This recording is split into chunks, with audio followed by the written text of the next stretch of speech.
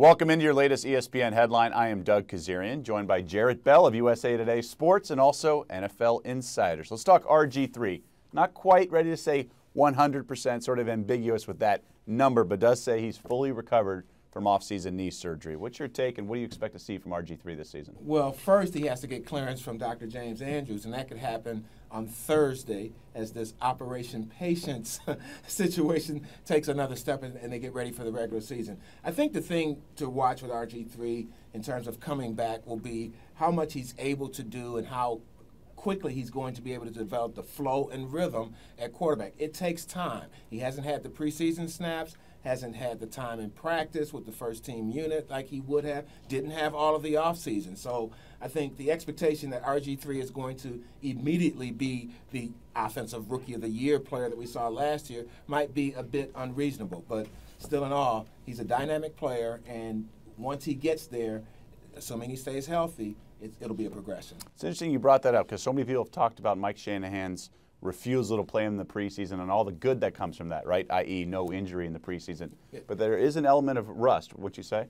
Oh, no question about it. In fact, I was at Redskins camp and I talked to Santana Moss about that very situation and getting back on the same page with RG3. And he basically said, hey, you have to use whatever opportunity you have to develop that. It's not ideal not to have all of the offseason and the practice time, but you spend extra time on the practice field. And then once RG3 gets into the games, boy, that rhythm may come a little bit quicker because the game speed will be going at full speed. Last year, so dynamic. Through the air, 20 touchdowns, just 5 interceptions, but also 7 touchdowns on the ground, over 800 yards rushing.